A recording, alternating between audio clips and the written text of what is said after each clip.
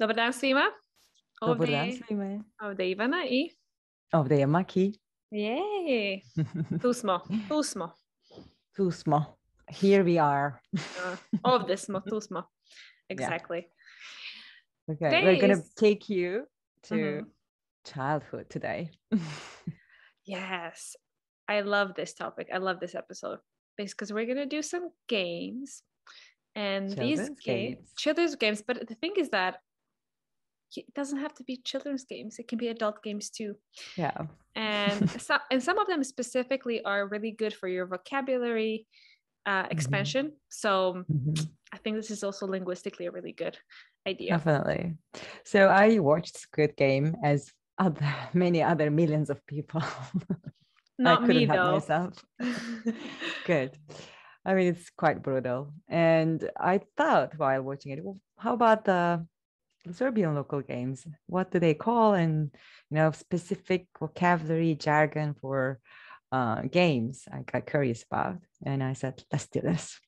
Yeah, I think this is a great idea. Also, you learn about the Serbian culture, right? So I think that's really cool. And for me, it brought me back to my childhood. And we still do some of these things when we are home. And and there's so many games. We have so many because we are a very community-driven, social, company, culture. So of course it only makes sense that we do have a lot of games. So could have written so many of them, but actually some of them are quite international. So I think that's also really nice, so that you can see some parallel, but also you can learn some new things. I think even in Serbia, in different regions, there might be different games that kids are more used to, depending on their environment, right? And also, I'm pretty sure that some of these games have different rules in different regions. Yeah. I'm pretty sure. Because, I mean, it's kind of like the word of mouth when a lot of things get lost in translation.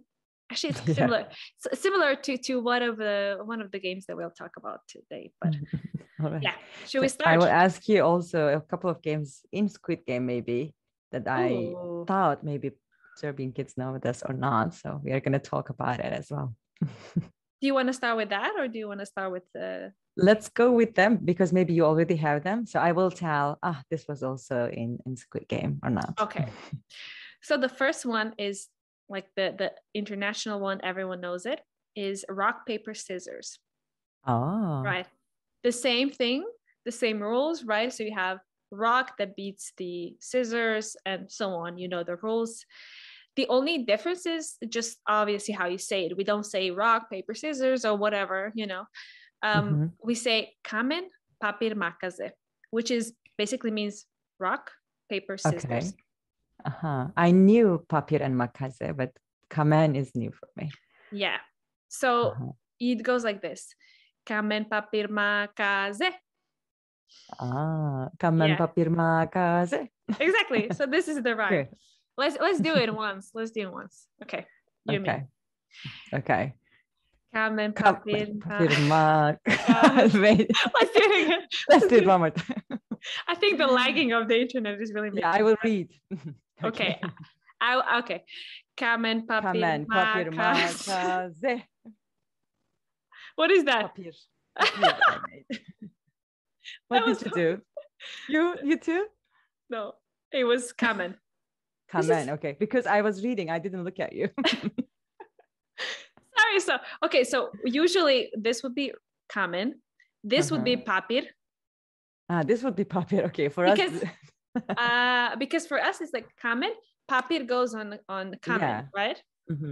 But also we do this way as well. I'm just thinking, we do? Papir. Well, yeah, we definitely don't do this. Okay. But just use one. You see the cultural difference, you see. And then the scissors are just like this. So yeah, that's universal. Yeah, but again, I don't do this. Okay, that's quite cool actually. I remember just doing, because you don't change the orientation of the hands like that. No. In yours you do. I do, yeah, because you do kamen, papir, makaze. I don't know. This is probably something that we You see, it's such an international game, but still there are differences. Okay. Definitely. Maybe this is something that I learned in my area, and probably I'm pretty sure that somewhere else is different. Okay. How do you say I win in this case? So you won now. Actually, you won, but I lost. So, okay, feminine or masculine version? I can try feminine first. Okay. Because I won. Pobedila sam. Pobedila sam. Masculine? Pobedio sam. And then to lose is izgubila sam. Izgubila sam or izgubio sam. Yeah, exactly. There you go. I don't have to teach anymore.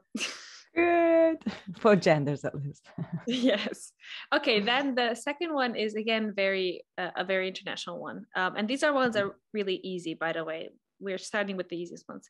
It's I don't know how it's called. Is it called hot and cold?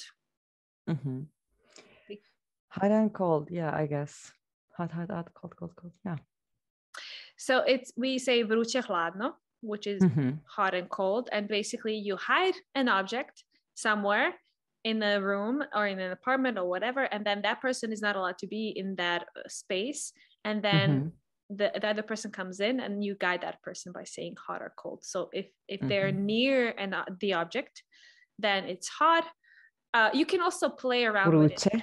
Yeah, so usually what we would do is like, if you're getting closer, it's like you can use also mlako, which is like lukewarm, something like that. Like it's getting warmer, right? Warmer.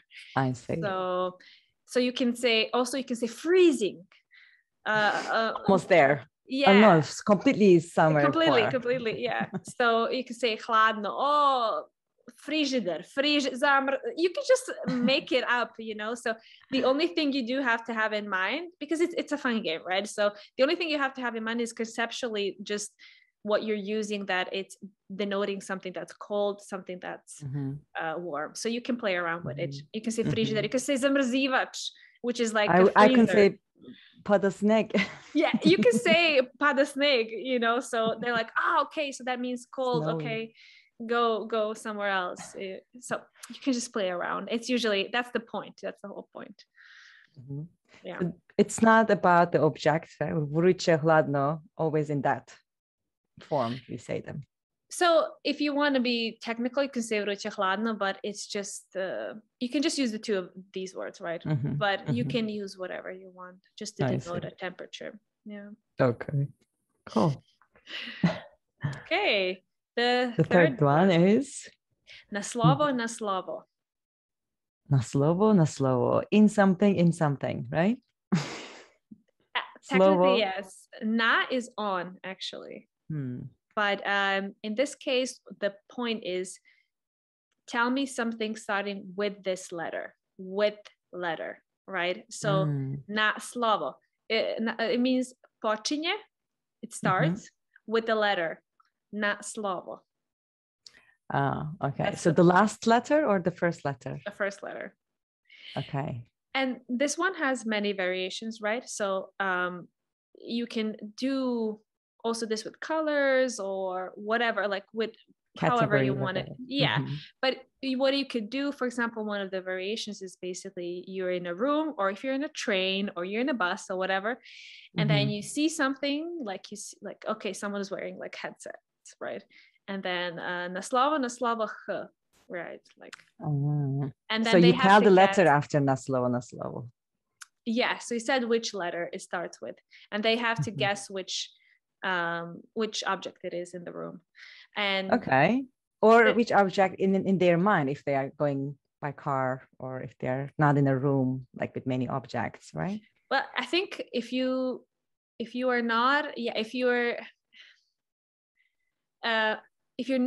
going beyond the objects in the room, it gets quite difficult, actually, right? Because you can just think of anything. So that's easier because you can play it for a longer time. Actually, we play it like that. Yeah. We put the category like animals or city names, and then but yeah, we don't say, we say that, but the start is not the same in Turkish. So I guess you can do this with almost anything. It kind of like a similar thing. There's a similar thing in English as well, which is like, something like that, like what in the room is red or something. There's a sentence, something like that. We did that when we used to go to conferences. I spy with my little eye. I spy with my little eye. Exactly. Yeah. That's basically it. It's just the version of like, which I spy with my little eye, something that starts with the letter R or whatever. That's it. Ruke.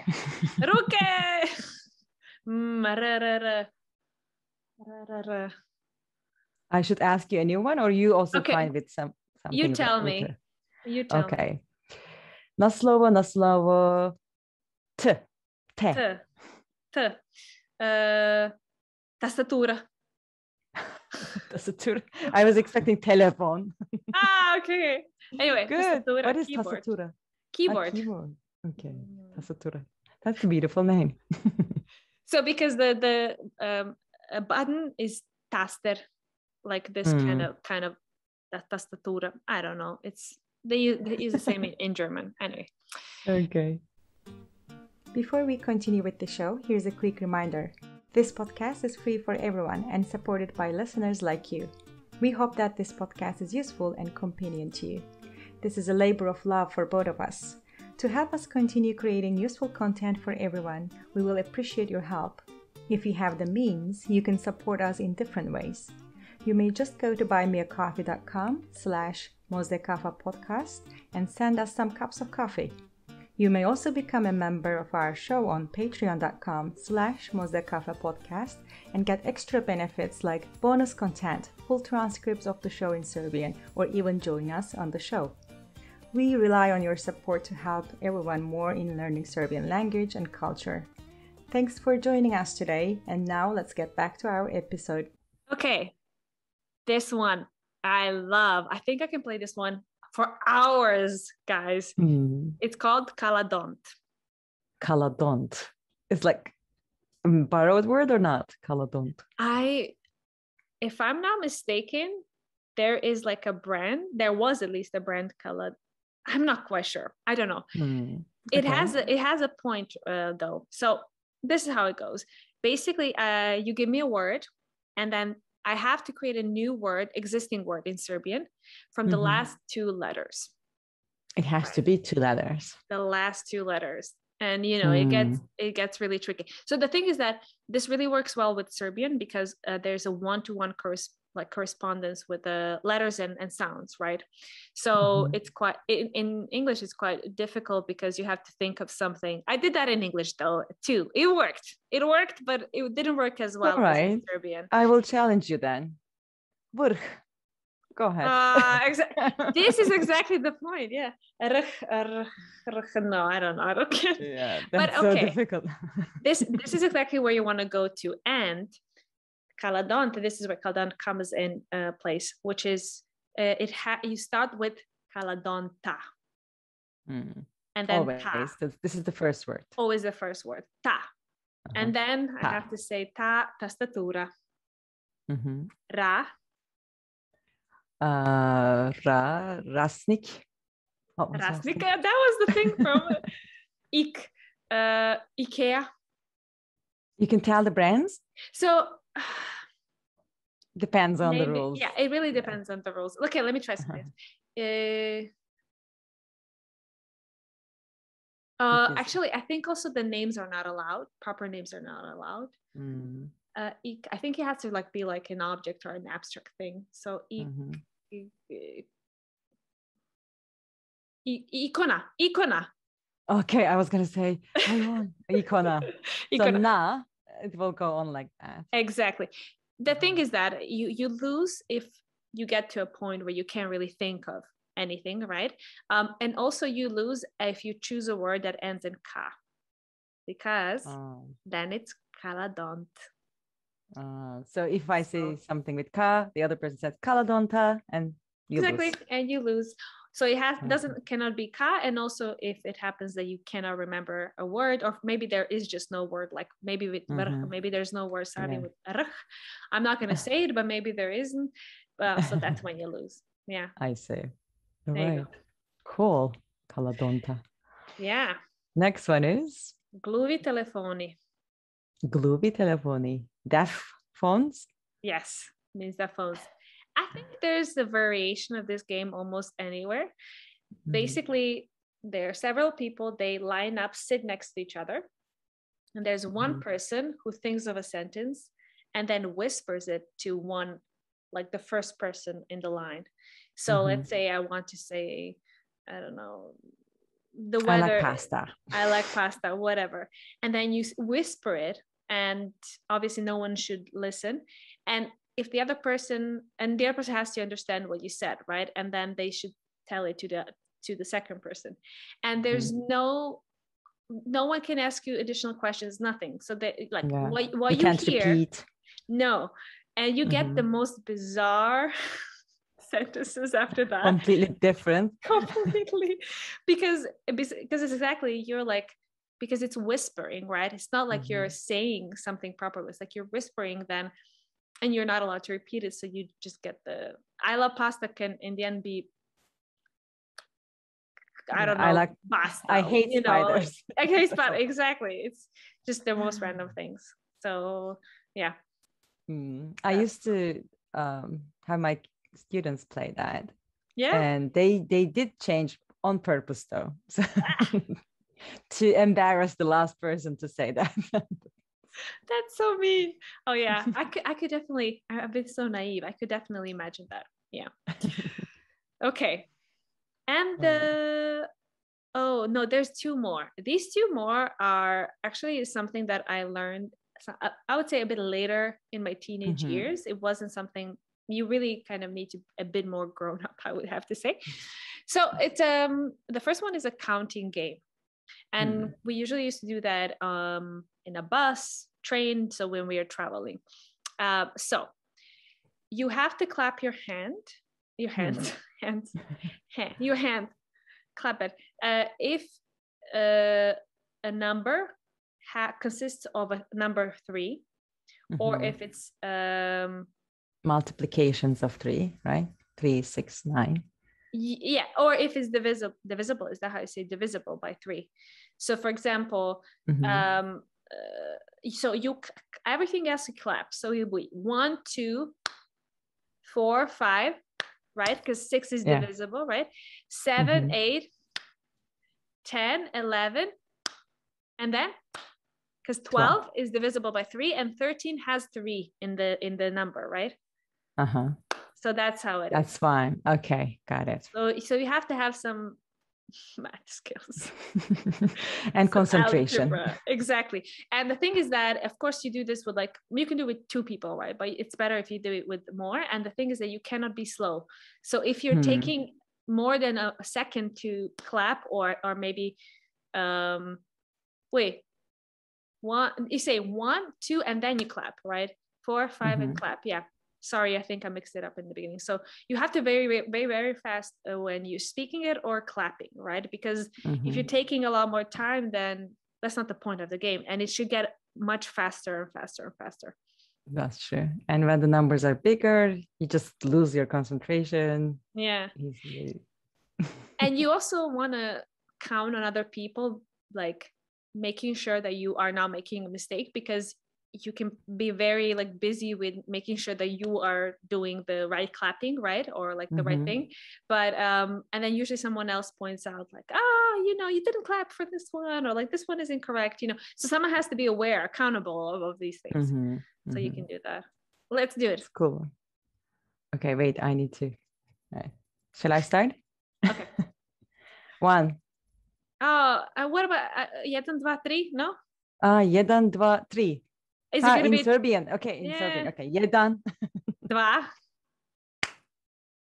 4. You see? 5, 7. Awesome. That's it. 11. It's harder for me, this game. We are. And then I need to clap because it's 13. Exactly. Yes. you can do this with any language. You can do this with Turkish or whatever. But yeah, that's good for revising numbers in Serbian. Yes. You're like, you see, this is why I said linguistically, it's really cool, because in terms of vocabulary, you're really gonna learn a lot. The last one, I love this one as well. And it's kind of silly. And again, we usually do that if we're like in a bus or a car or something like that. It's called hop soup. Hop soup. It's like cup soup. Soup, yeah. So I don't know if you know, but hop soup usually is like when you dance, you're like hoppa tupa, hoppa tupa, hoppa tupa. You know, that's how it goes. I don't really know why here it's hop soup. There's also like a hop soup, nakalup, chatribabe, jeden zub. It's like, anyway, it's used in Serbian. So I do know this game in English, which is called Fezbaz. Fezbaz sounds kind of familiar, but tell me the rules. So you go with, wait, let me just read it just to make sure that I'm doing this properly. Again, with numbers, I guess. Yeah, but wait, this one is quite, oh no, I made a mistake. Fizbaz is similar to the counting game because here, instead of clapping, you have replacing any number divisible by 3 with the word fizz, and any number divisible by 5 with the word buzz. So this gets very complex. And then if you have divisible by 3 and 5, like 50, then it's Fizbaz. In your case, it's hop top. No, sorry. This is connected. This is connected to the counting game. Jeden, dva. So it's similar. This is something different. Okay, let's start from scratch. Hop soup. Not similar to Fizbaz. What do? So you basically, again, go in a circle and you have to say hop 3 times. So each person, so it's like, I say hop, you say hop, and then the third person says hop. Then you say soup 3 times. Soup. And then you do this again twice, and then 1 time. And then you say, I don't know, this one is weird. For some reason. So it goes like this. Hop, hop, hop, soup, soup, soup, hop, hop, soup, soup, hop, soup,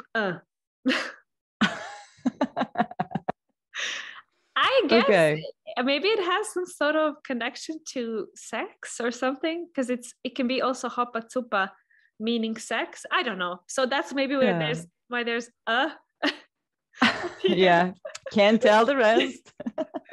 So anyway, the point, it's very similar to counting, right? Because you have to be really focused that you're saying it 3 times, 2 times, once, and then saying the thing, right?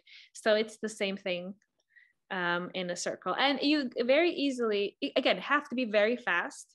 And it has to be any limit for players? Like, can you play with 2 people only, or you need to have whatever? There's no limit. Okay. No, there's no limit. I'm guessing that it gets a bit more tough with 10 people, but I can see that it would be how that can be really interesting, right? Okay. From the Squid Game, I think you guys also played these tug of war. Oh my God, what was that one? I forgot now. There's a rope in between 2 groups and they have to pull both sides. How do you call it? Something konopca? I don't know. I don't know. I will have to check it. It's in Turkish, we literally say like rope, pulling rope. Yeah, because rope is konopat. No, konopat. Is it? I would have to check that one. Not quite sure. Completely forgot. We would usually do that. We rarely PE classes. Yeah, we rarely did that, but yeah, it's a very common thing. Yeah, I know. How about marbles? Oh, love that. The thing is, we have a lot of variations of marble games, but the one in Squid Game, the series, was completely different. They make a kind of a hole on the sand, and they leave one, and they throw one to distribute the others all around. So or to keep that in the hole. We never played that way. We played so many different marbles, and I thought, how Serbians play that? Okay, I don't remember a specific game of how we do it. I do remember that we would just try to hit the other marble. I remember that was the point. But I did like having marbles. I don't remember like playing with them a lot. I don't think a lot of people They're play so with them. colorful, beautiful. You were the collector then. Oh, I had some of them. Oh, yeah, I had some. But very quickly it just went out of style. I don't know. Weird. My marbles are still at home. Oh, no, I don't have any marbles. Oh, you're precious. No. Okay, let's revise some words again. How do I say I win? Way. Marbles. A marble. Right. How you say it in Serbian? I'm thinking something similar. No, it's quite different. Clicker. Clicker? I'm guessing it's because of the click when they the sound. The clicker. I'm guessing. And plural is clickeri. And the way we say it in Turkish is quite Serbian. I mean, sounds bilye. Oh, interesting. Kind of like plant, yeah, like plant-based. Yeah. Okay. All right. Pobedila sam. Pobedila sam. Is the plus? No. I lost. Izgubila sam. Izgubila sam. Okay, pobedila sam, izgubila sam. How do you say, like, it's your turn, you are the it? It's your turn. Ti si na redu. Ti si na redu, yeah. Yeah, red is can also mean turn. You are on turn, basically. It's your turn. I see. Ti si na redu. If you are the one, like, for example, you're playing tag, and if you're the one. TC, I'm guessing. TC. Okay. Wait, playing tag. How do we do? Let's say you're playing hide and seek, and the one who seeks. I would say, like, I found you, našla sam te, right? I don't remember now. You can just say you're it, TC, or something like that. TC. Okay. Let me just, I wanted to say another thing. I forgot now. It's not TC na redu. You can say now you, sad ti. You can always say that, right? I don't remember now. In Turkish, we have such a funny word for that. We call it the old grandma you are. So that's why I thought maybe you also have something weird. We have a name for that game is Shuga. Shuga. Yeah, which means Shuga means, what is this thing when you get like little, like chicken pox or something like that? Kind of something like some disease like that is Shuga. When you have like little, so you kind of like basically means like you got infected or something like that. I don't know. Infected. Yeah, like I touched you, I infected you. So Shuga, yeah, you can just say Shuga. Cool. Yeah. Totally not cool. I mean, at least we learned something cultural here. Okay. But yeah, hope you had fun. It was such a nice revision of my childhood. So I learned and we played a little bit for the first time. Guys, you're welcome, guys. Nema na čemu. I hope you're going to use this and practice Serbian and enjoy it also with your friends, and tell some of your Serbian friends some of the Serbian games. Definitely. And get prepared and beat them up. Exactly. Pobedila sam. Okay, guys. Okay, hvala ti puno, Ivana. Nema na čemu. I vidimo se. Vidimo se. Prijatno. Ciao. Ciao.